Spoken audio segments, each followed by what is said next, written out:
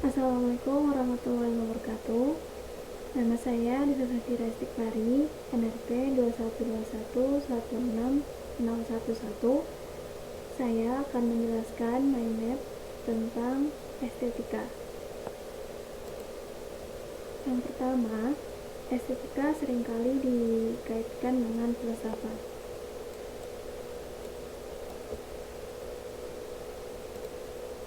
Oleh karena itu, filsafat sendiri adalah studi yang mempelajari fenomena kehidupan dan pemikiran manusia. Filsafat juga didalami dengan cara mengutarakan masalah, mencari solusi, memberikan argumen, dan alasan serta proses dialektik. Menurut wilayahnya, filsafat terbagi menjadi 3. Ada filsafat barat, filsafat timur, dan filsafat timur tengah.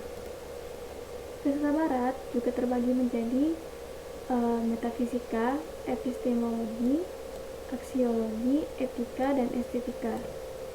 Estetika berada di bagian sini.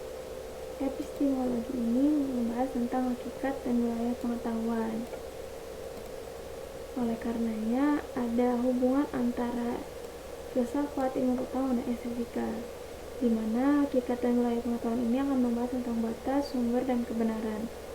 Kemudian estetika sendiri adalah ilmu yang mempelajari tentang keindahan dan implikasinya pada kehidupan.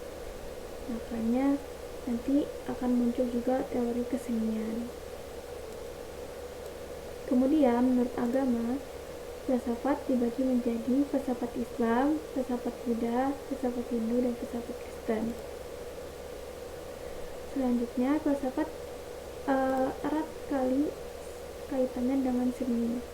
Oleh karena itu, filsafat seni dan estetika memiliki pokok pembahasan, ekspresi, komunikasi, atau pertanyaan, aktivitas, dan kegunaan. Ekspresi, filsafat seni mengekspresikan gagasan dan perasaan. Ekspresi estetika tidak menjelaskan sesuatu. Kemudian, komunikasi dari filsafat seni menimbulkan pertanyaan dan maksud dari seniman. Sedangkan estetika, keindahan alam tidak dibuat oleh manusia. Aktivitasnya, filsafat seni memiliki aktivitas seni dapat meniru alam, sedangkan estetika alam tidak dapat meniru seni. Kegunaannya, filsafat seni dapat memiliki manfaat praktis dan indah, sedangkan estetika tidak perlu manfaat praktis untuk menjadi indah. Kemudian, nilai estetika dalam filsafat seni estetika adalah mendasar atau inti dan murni, serta abstrak. Sedangkan seni nilainya terdapat pada bentuk visual dan auditif atau pendengaran suara. Kemudian, definisi estetika sendiri berasal dari kata estetis yang artinya perasaan atau sensitivitas. Estetika juga merupakan salah satu cabang filsafat seperti yang tadi saya jelaskan, yaitu pemikiran filosofis tentang seni. Estetika juga dapat disebut sebagai ilmu yang membahas keindahan, yang meliputi bagaimana ia bisa terbentuk dan bagaimana seseorang bisa merasakannya. Estetika juga bisa berarti 3 hal, yaitu studi mengenai fenomena estetis, selain itu fenomena persepsi, dan seni sebagai hasil pengalaman estetis. Estetika juga merupakan usaha memahami fenomena keindahan. Tujuan estetika sendiri yaitu menentukan sikap, kemudian kedua mencari pendekatan yang memadai untuk menjawab masalah objek pengamatan indera yang berpengaruh terhadap jiwa manusia. Kemudian, estetika juga mencari pandangan menyeluruh tentang keindahan itu sendiri, serta mengkaji masalah tentang bahasa dan penulisan yang baik dalam karya sastra, istilah, dan konsep keindahan. Kemudian mencari teori untuk menemukan dan menjawab persoalan terhadap karya seni dan objek pengalaman indah. Selanjutnya, ruang lingkup estetika. Ruang lingkup estetika terbagi menjadi 3. Yang pertama, bidang filosofis, yaitu kajian mengenai karakter dasar seni, norma dan nilai seni. Kemudian, bidang psikologis yang membahas mengenai perlengkapan, aktivitas penciptaan, dan seni pertunjukan. Kemudian bidang sosiologis yaitu mengenai pengamatan publik, karya seni, sarana, dan lingkungan. Selanjutnya, nilai dalam estetika. Terdapat tingkatan basis aktivitas estetik, yaitu pengamatan berdasarkan kualitas material, warna, dan suara. Yang kedua, pengamatan sesuai jenis dan reaksi fisik lainnya. Nilai estetis merupakan proses pemberian takaran keindahan pada sebuah objek, di mana meliputi nilai murni atau keindahan murni yang berupa wujud fisik. Kemudian juga terdapat nilai tambahan, yaitu keindahan yang dapat dinikmati yang berasal dari unsur tambahan. Kemudian ada 6 nilai estetika. Yang pertama, nilai material berasal dari bahan material. Nilai intrinsik yaitu gaya dari pencipta. Nilai religius yaitu nilai keagamaan. Nilai nasionalisme, patriotisme, dan nilai psikologi.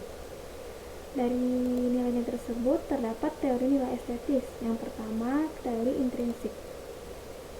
Intrinsik sendiri merupakan sifat baik dari benda yang memiliki suatu tujuan atau kepentingan benda, di mana nilai keindahan itu terdapat pada bentuknya. Kemudian kedua, teori ekstrinsik. Ekstrinsik merupakan sifat baik dari benda yang merupakan alat atau sarana untuk suatu hal yang lain, di mana nilai yang bersifat sebagai alat atau membantu. Maka teori ekstrinsik dapat diartikan menjadi sebuah teori yang melihat nilai keindahan mencakup dari semuanya, semua arti yang diserap dalam seni dari cipta yang mendasarinya. Tujuan seni dari teori ini untuk menguatkan kebenaran. Kemudian teori selanjutnya yaitu teori serba intelektual. Teori serba intelektual ini berasal dari filsafat Aristoteles, di mana keindahan adalah kebenaran, keindahan yang benar atau kejujuran. Kebenaran merupakan manifestasi prinsip universal kehidupan nyata atau khayali, dan terdapat kebenaran baru, singularity, dan juga kebenaran kedua, second reality.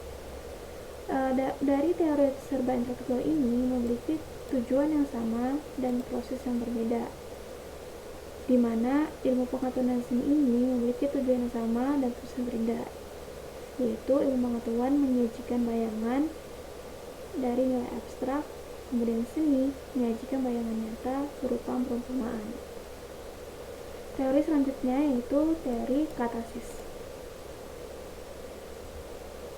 Katarsis sendiri yaitu adalah penyaluran emosi atau agresi. Teori katarsis ini berasal dari Aristoteles yang menolak efek dari seni teater, di mana dari situ mendapat kepuasan dan kedamaian. Teori katarsis ini menganggap keindahan merupakan ekspresi, di mana ekspresi merupakan muatan atau isi seni. Seni juga merupakan representasi, bukan realitas, di mana dari seni tersebut dapat mengatasi berbagai masalah. Selanjutnya akan membahas tentang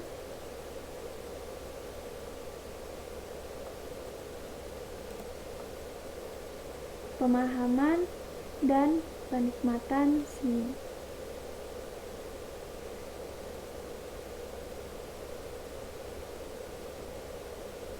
Terdapat perbedaan antara pemahaman dan penikmatan, di mana pemahaman merupakan apresiasi yang mencakup dimensi logis, sedangkan penikmatan merupakan proses psikologis yang kurang memiliki aspek logis. Sehingga pemahaman atau apresiasi seni ini adalah proses sadar yang dilakukan oleh penghayat dalam menghadapi dan menghayati karya seni. Dan seperti yang saya sampaikan tadi, tidak sama dengan penikmatan, karena dalam apresiasi proses seni ini terdapat penafsiran sebuah makna. Apresiasi seni juga menuntut keterampilan dan kepekaan estetik untuk mendapatkan pengalaman estetika dalam mengamati karya seni. Estetika seni ini diusung oleh Tolstoy, di mana beliau menganggap seni bukan kesenangan semata, melainkan usaha untuk menggambarkan sesuatu. Seni bermakna sebagai komunikasi, jadi tidak harus berhasil mengekspresikan perasaannya, tetapi juga memindahkan perasaannya. Tolstoy beranggapan terdapat beberapa tingkatan pemindahan perasaan dalam seni, di mana semakin besar ciri khas pribadi, maka lebih sedikit perasaan yang dipancarkan. Kemudian semakin besar kerapian pribadi, maka semakin sedikit perasaan yang dipancarkan. Kejujuran seniman merupakan kekuatan seniman yang merasa dan emosinya terpancar. Kemudian ada estetika realitas yang diusung oleh Elie Siegel. Beliau membagi pokok-pokok kesatuan menjadi 15 dari hal-hal yang saling berbeda. Bisa dilihat, jadi hal-hal ini saling bertolak belakang namun menciptakan kesatuan. Terdapat 15 unsur-unsur, diantaranya kebebasan dan keteraturan, persamaan dan perbedaan, kesatuan dan keragaman, impersonal dan personal, alam semesta dan objek, logika dan emosi, kesederhanaan dan kompleksitas, kontinuitas dan diskontinuitas, kedalaman dan permukaan, ketenangan dan energi, berat dan ringan, outline dan warna, gelap dan terang, kesantuan dan keseriusan, dan yang terakhir kebenaran dan imaji. Maka Elie Siegel ini menganggap seni adalah kehidupan dari dua unsur yang saling berbeda. Selanjutnya itu teori kreativitas dari Monroe Westlake. Beliau mengungkapkan ada ciri-ciri sifat baik dari benda estetis. Yang pertama ada kesatuan atau unity, kemudian kerumitan atau complexity, dan terakhir kesungguhan atau intensity. Selanjutnya teori bentuk estetika dari David H. Parker. Beliau mengungkapkan ada asas-asas bentuk estetis atau the logic of aesthetic form.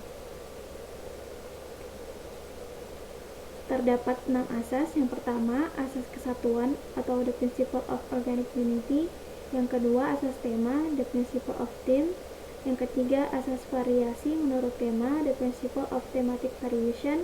Yang keempat, asas keseimbangan, the principle of balance. Kemudian yang kelima, asas perkembangan, the principle of evolution. Dan yang terakhir, asas tata jenjang, the principle of hierarchy. Selanjutnya, saya akan menjelaskan tentang permasalahan dari estetika. Jadi permasalahan estetika ini meliputi 4 hal, yaitu nilai estetika, pengalaman estetis, perilaku orang yang mencipta, serta seni itu sendiri. Kemudian pembahasan yang akan cukup panjang yaitu mengenai pertumbuhan estetika atau periodisasi estetika, di mana terbagi menjadi 4, yaitu periode klasik, periode kritik, periode modernisme, dan periode postmodernisme. Pertama, kita akan membahas tentang periode klasik, di mana periode klasik sendiri ini sering dikatakan sebagai periode dogmatis, karena secara a priori percaya terhadap kemampuan rasio tanpa mengadakan pemahaman mendalam terlebih dahulu. Dari periode klasik ini terdapat tokoh-tokoh yang menjadi pengusungnya. Terdapat 3 tokoh besar. Yang pertama Socrates dari tahun 469 sampai 399 sebelum Masehi. Jadi Socrates ini merupakan pelopor periode klasik yang menemukan kesimpulan bahwa ada benda-benda yang indah sesuai dengan sifat dan cirinya masing-masing. Ada gagasan umum mengenai keindahan yang menyebabkan benda menjadi indah. Kemudian keindahan yang dibuat ahli atau manusia berbeda dengan keindahan yang diciptakan oleh Tuhan. Kemudian keindahan dalam diri manusia adalah kejujuran dan kebijaksanaan. Lalu, suatu objek indah walaupun berbeda-beda nilainya, namun secara keseluruhan adalah sesuatu yang menyenangkan. Kemudian kita lanjutkan kepada Plato pada tahun 428 sampai 348 sebelum Masehi. Plato menganggap keindahan itu bersifat transendental. Kemudian Plato juga mengungkapkan teori mimesis bahwa keindahan adalah tiruan dari kenyataan. Plato menggunakan pendekatan rasional atau intelektual idealis. Kemudian penilaian keindahan sendiri menurut Plato terdapat 3, yaitu proporsi, keharmonisan, dan kesatuan. Selanjutnya kita akan membahas Aristoteles dari tahun 384 sampai 322 sebelum Masehi, di mana Aristoteles juga mengambil teori dari Plato, yaitu mimesis, yaitu meniru realitas. Namun Aristoteles menambahkan bahwa mimesis ini menyimpang dari dunia pengalaman atau empiris.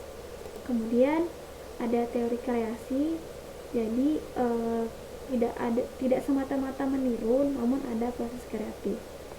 Dan pendekatannya lebih ilmiah dengan memiliki penilaian keindahan dari aturan-aturan, kesimetrisan, dan keberadaan.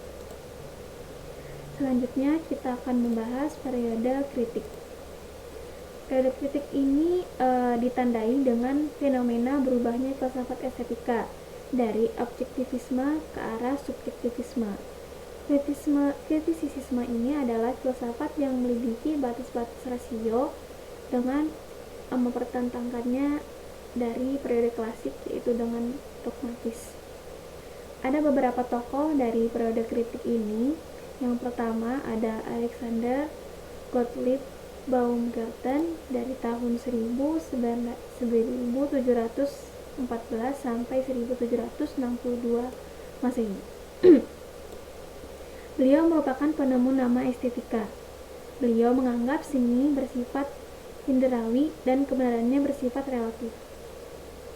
Beliau membagi pengetahuan intelektual dan pengetahuan inderawi, di mana pengetahuan intelektual ini merupakan pengetahuan yang konkret, sedangkan pengetahuan inderawi merupakan pengetahuan abstrak. Beliau juga dikenal sebagai pembangun logika imajinasi. Selanjutnya ada Immanuel Kant dari tahun 1724 sampai 1804, di mana beliau memiliki sejarah intelektual yang terbagi menjadi 3 fase. Yang pertama fase rasionalistis yang dipengaruhi oleh Newton dan Wolff, kemudian ada fase pengaruh Hume, dan fase kritis. Beliau beranggapan pikiran memiliki indah rasa, di mana memiliki ciri khas, tidak memiliki kepentingan, universalisme, kemutlakan, dan memiliki tujuan.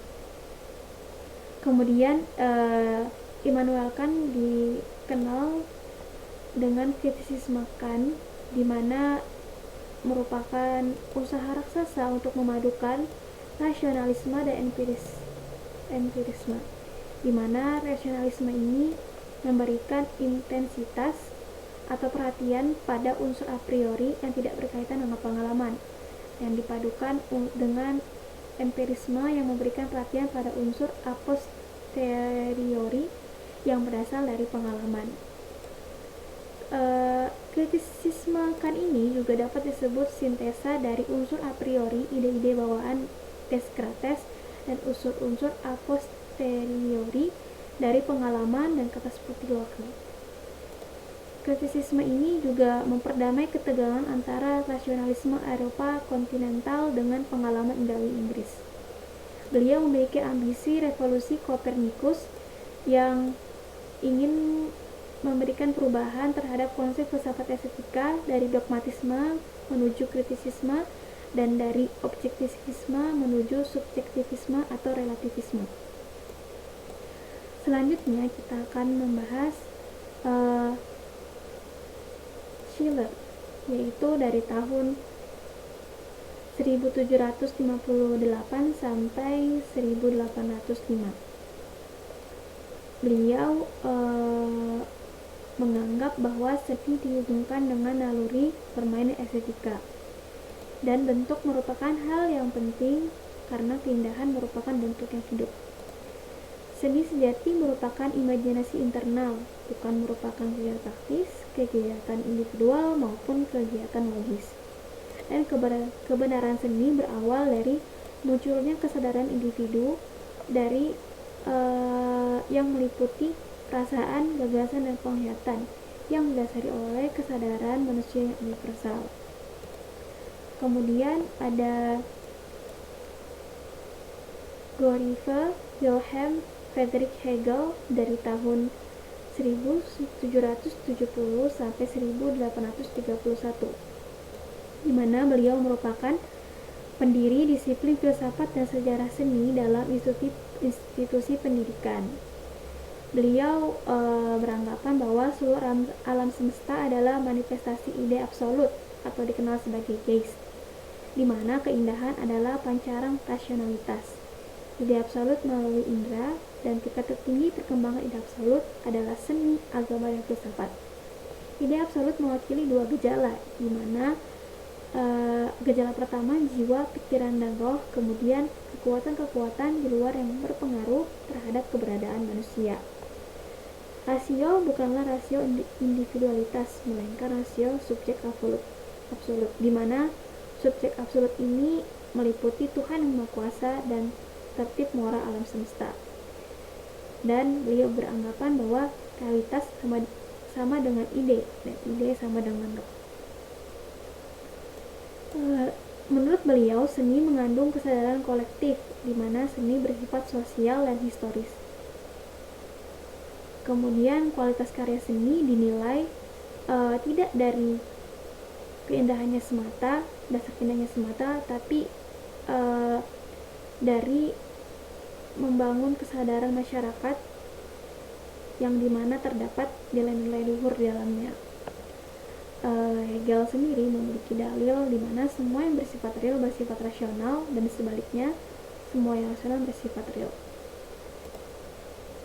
Selanjutnya ada Arthur Schopenhauer dari tahun 1788 sampai 1860 Masehi, di mana beliau ini memiliki pengaruh dari Kant yang mengandung filsafat fenomenologi, di mana suatu gejala tidak harus dapat diamati dengan indera, tetapi juga harus secara rohani.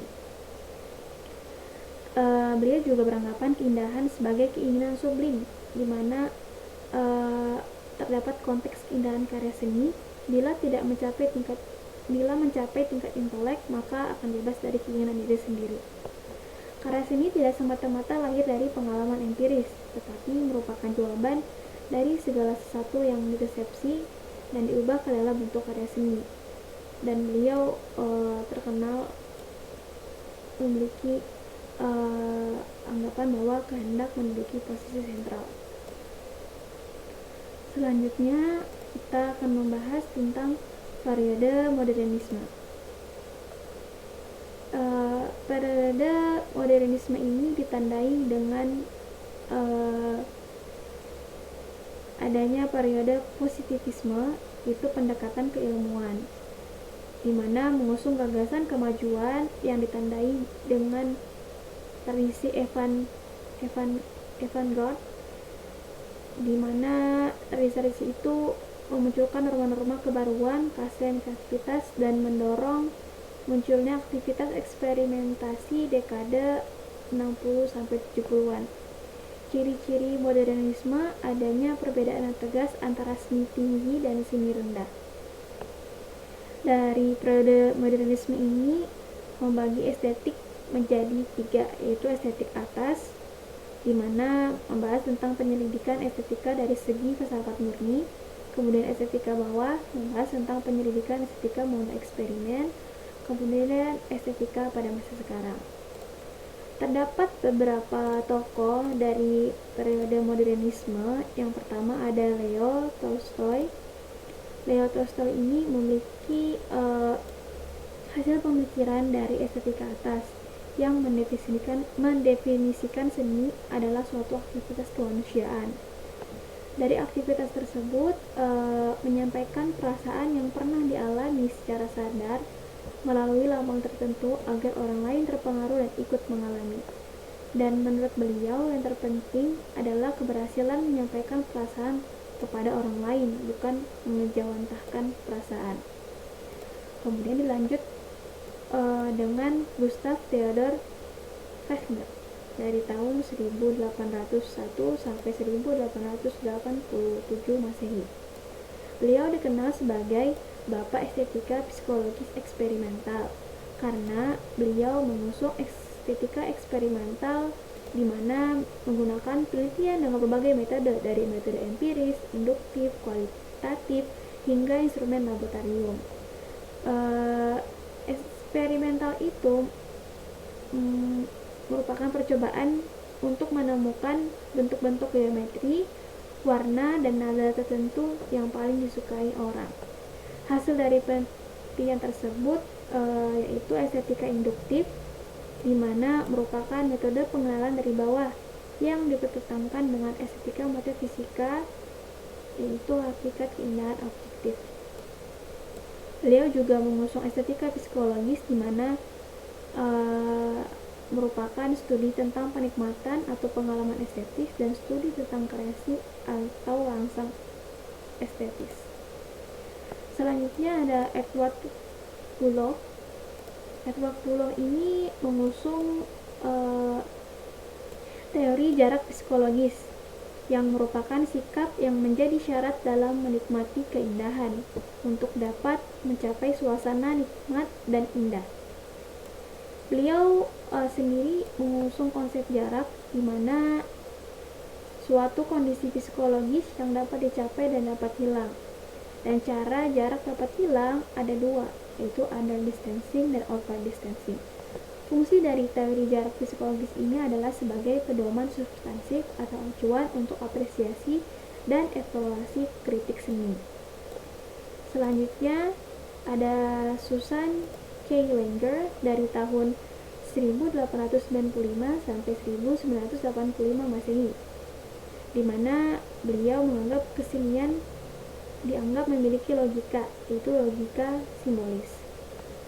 Beliau juga membagi menjadi simbol diskursif atau nalar dan simbol presentasional, di mana simbol diskursif nalar ini merupakan simbol-simbol yang digunakan oleh logika modern dan dapat dilihat dalam bahasa.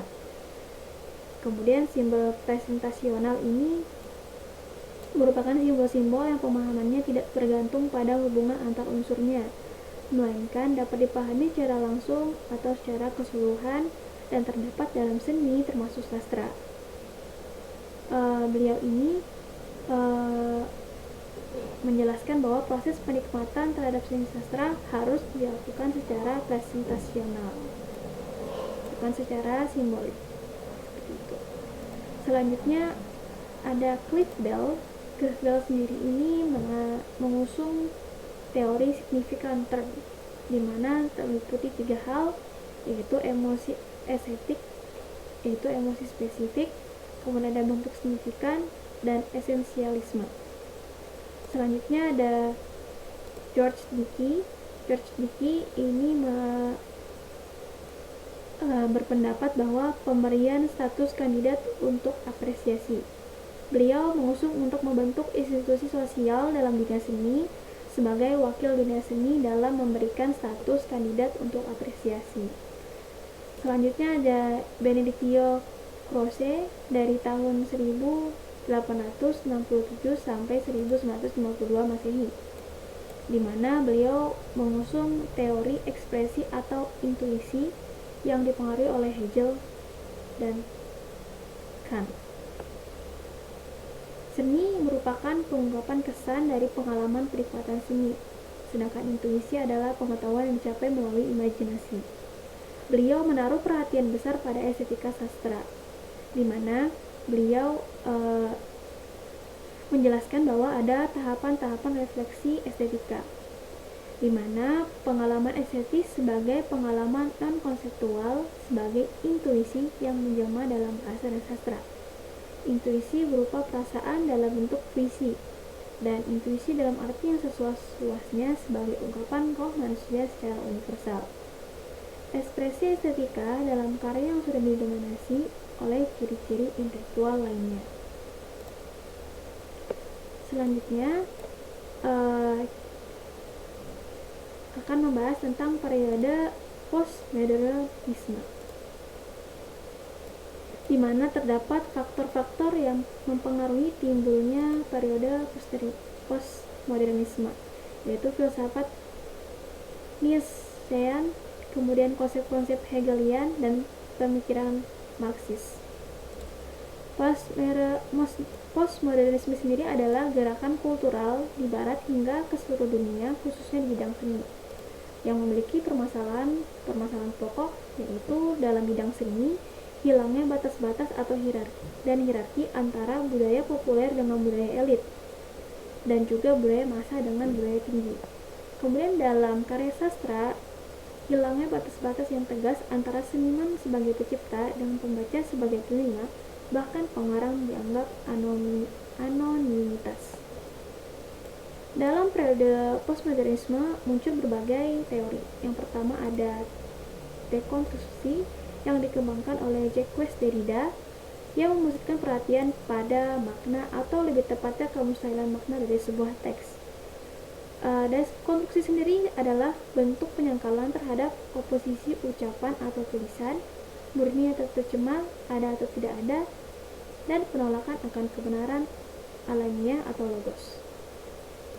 Selanjutnya ada model dialogisme dan intertekstualitas yang dikembangkan oleh Michael Bakhtin. Model ini menjelaskan ketergantungan suatu ungkapan dengan ungkapan yang telah ada sebelumnya, di mana model dialogisme ini adalah tidak ada satu ungkapan seni yang merupakan ekspresi murni atau asli, karena seniman telah dipengaruhi oleh realitas yang pernah diamati atau faktor lainnya. Sedangkan model intertekstualitas ini adalah hubungan dialogis satu karya seni dengan karya sebelumnya, di mana merupakan perlintasan dari satu sistem tanda ke sistem tanda lainnya. Selanjutnya ada model simulasi dan estetika hiperrealitas, di mana simulasi sendiri adalah istilah yang digunakan oleh Baudrillard, yang merupakan model produksi seni dan kebudayaan massa di dalam masyarakat konsumer, di mana membutuhkan differentiation dan perubahan terus-menerus dalam tempo dan percepatan yang tinggi. Simulasi sendiri tidak menghasilkan realitas, melainkan fantasi, nostalgia, halusinasi, mimpi, atau science fiction. Simulasi memiliki tingkat reproduksi yang mendukung berada pada tingkat reproduksi generasi ketiga, di mana teknologinya digerakkan oleh microchips, mikroprosesor, remote control, remote model, dan memory bank. Kemudian ada model estetika hiperrealitas, di mana merupakan sebuah kondisi atau pengalaman kebendaan ruang yang dirasakannya. Hiperrealitas ini juga menggambarkan dunia yang disarati oleh silih bergantinya reproduksi objek-objek yang tak punya referensi realitas sosial, di mana realitasnya menyatu dalam fantasi, fiksi, halusinasi, dan nostalgia sehingga sulit dibedakan. Dalam hiperrealitas ini terdapat tanda, pesan, dan makna atau gaya yang diambil bersumber dari mitologi, ideologi, dan kebudayaan masa lalu atau masa kini. Contohnya terdapat pada pertandingan sepak bola, konser musik rock, fashion show, dan televisi. Selanjutnya ada bahasa estetik postmodernisme yang memiliki idiom estetik yang terbagi menjadi 5. Ada pastiche, parodi, kitsch, scam, dan schizophrenia. Dari pembahasan tersebut, itulah yang sudah saya rangkum dalam mind map tentang estetika yang saya pelajari selama pertengahan semester ini. Mungkin sekian, itu saja presentasi dari saya. Kurang lebihnya mohon maaf. Wassalamualaikum warahmatullahi wabarakatuh.